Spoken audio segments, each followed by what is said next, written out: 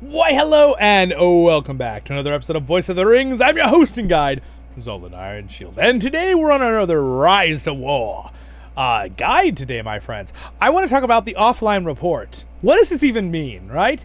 Most of you probably turn the game on and click that X button or click that understood and move right into the game. You're like, I don't know what's going on, right, with this. What does this actually mean? Okay, so what this means is, first of all, it tells you how long you've been offline. So Tactician, this is what has transpired in the... That is right. I was thinking like, that sounded like something else. In 19 hours and 53 minutes while you were away. I haven't been able to play really all today. Offline resources gained. I gained 655,000 wood during that time. It's full, meaning it actually capped, so I'm not gaining any more until I use wood. So that's not good. So that means I got to really get on work on that right now. I gained a bunch of stone and then iron and food, right? So those are your resources. And then you got up here, you collected a certain amount of power and it says full, meaning that you need to go and upgrade your rings level, or that is not going to, you will not be getting any more power, because there's like a cap to how much you can earn while you're not online until you've upgraded your ring to the next level. So you gotta do that. Storage and 2 others have completed, but the 3 things I left building are all completed. Level 13 storage, the barracks level 14. This is really simple, but hopefully this helps some newer players in RiseToWar. And also my level 14 conscription post, right? 4 types of units have finished conscripting, a total of 6,651 of them. So I got some Morgul archers, 1,832, some heavy axemen, shield bearers, 2,000. You kind of get the point, all right? So it's kind of cool. You can go through this and see. Treatment, these characters were all healed during that time and brought back pretty much from being wounded. And then we got Dane Ironfoot and one other commander have completed a task, so they finished 2 tasks. Also, this would show other things like level and certain things as you're going. You leveled up, this kind of stuff, things like that, okay? So that's pretty much the offline report.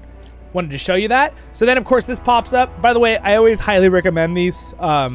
If you're going to pay any money on the game, I think this is the best way to support the game. The little month thing and weekly thing, because it's like $2 a week, I think, and then like, I don't know, a few dollars for a whole month. It's more, I think it's $10 for the whole month. So it's kind of like having a subscription. So if we added that up for 1 month, 2, 4, 8, it's like, what is that, $18 a month. Now it's kind of a lot for some people, but again, remember, you don't need to be doing this every month, and you don't need to be doing this every week. You can do it once a month, 1 week, right? To just earn some gems. It's the best way to get gems and these over time without paying like astronomical amounts of money. From someone who doesn't have tons to spend on the game, I totally get that. And then this is one thing that I will, I don't really like this. This is a question, I'm just gonna do this. This is all opening stuff. I don't really like that it shows like this one sale. The RiseToWar does this. They started doing this like 2 seasons ago. I don't really like that RiseToWar personally. I think that any pop-ups are always just really frustrating in a game.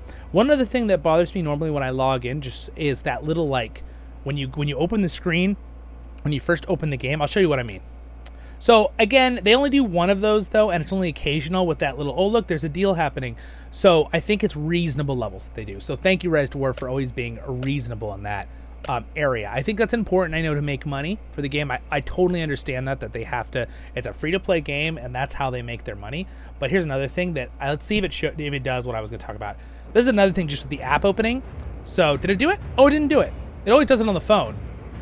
Usually when you click, when you come in, sometimes that, well, there's an agree thing, but that's something else. Usually a thing pops up with like the news of the day. That happens on the phone a lot. Maybe because I'm an emulator on the computer doesn't do that. That kind of a little frustrating because you always have to exit out of it and then join your game.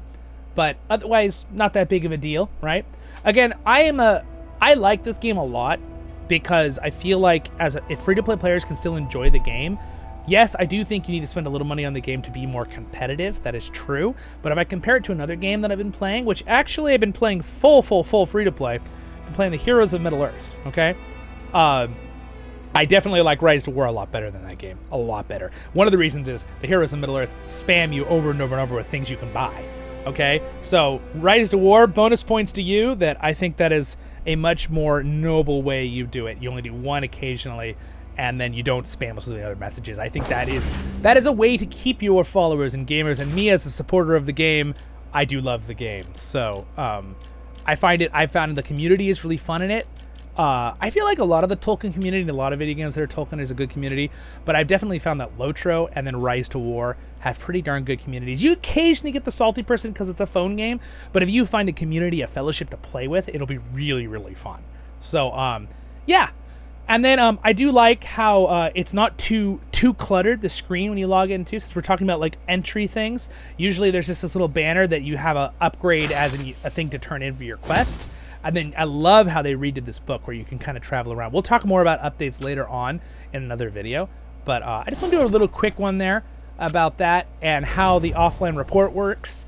And yeah, it's pretty cool. But stay tuned. I got a bunch of update guide videos too we're going to talk about on Rise-to-War because, again, I try to keep my Rise-to-War videos between like 5-10 minutes, little chunks for you guys. And don't forget to like and subscribe if you like Rise-to-War. Don't forget to like and subscribe. Tongue twiddler. Thanks, guys. Thank you to my Patreons for their support as well. Subscribe button's there, and thank you guys for liking the video and sharing or whatever you have the time to do. I appreciate it greatly. Or if you're someone that even watches the ads on YouTube to help support the channel, I appreciate that too. Subscribe buttons over there. Next playlists. Lotro Tale, I do voiceovers in Lord of the Rings online over there. Check them all out. Next Rise to War videos are up there. See you soon.